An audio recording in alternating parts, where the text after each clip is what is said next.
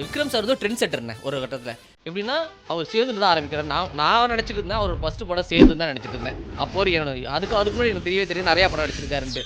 ஆனால் அதுலேருந்து ஆரம்பிச்ச சேது, காசி, தில்லு, தூளு, சாமின்னு சொல்லிட்டு தொடர்ந்து ஆக்சுவலி சாமி படத்தில் அவர் பேர் ஆறுசாமி. 6 படம் தொடர்ந்து அவர் ஹிட்டு.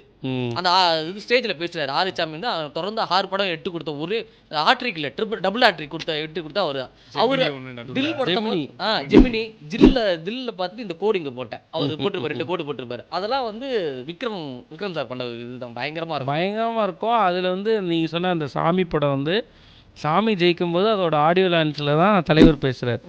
தலைவர் பேசும்போது அவர் சொல்லுவார், நான் அவரை பார்த்துக்கிட்டே வரேன், தில்லில் 30% மாஸ் அடைஞ்சார், அடுத்து தூள் பண்ணும்போது 50% மாஸ் அடைச்சிட்டார், இப்போ சாமி பண்ணும்போது 100% மாஸ் அடைச்சிட்டார், அப்படி தூக்கி போட்டு போயிட்டார் அப்படி சொல்லுவார்.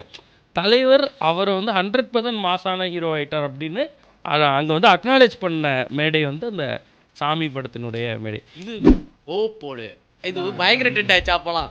அவர் வந்து ரொம்ப அவருடைய உழைப்புக்காகவும் பேசப்பட்டார். At the same time commercial படங்களும் பண்ணார், பேரலாக நடிக்கிற படங்களும் பண்ணுவார். அதுக்கு வந்து தன்னோட உடம்பை வருத்திக்கிட்டு அவர் பண்ணக்கூடிய எஃபர்ட்டை வந்து எல்லாருமே பாராட்டும்.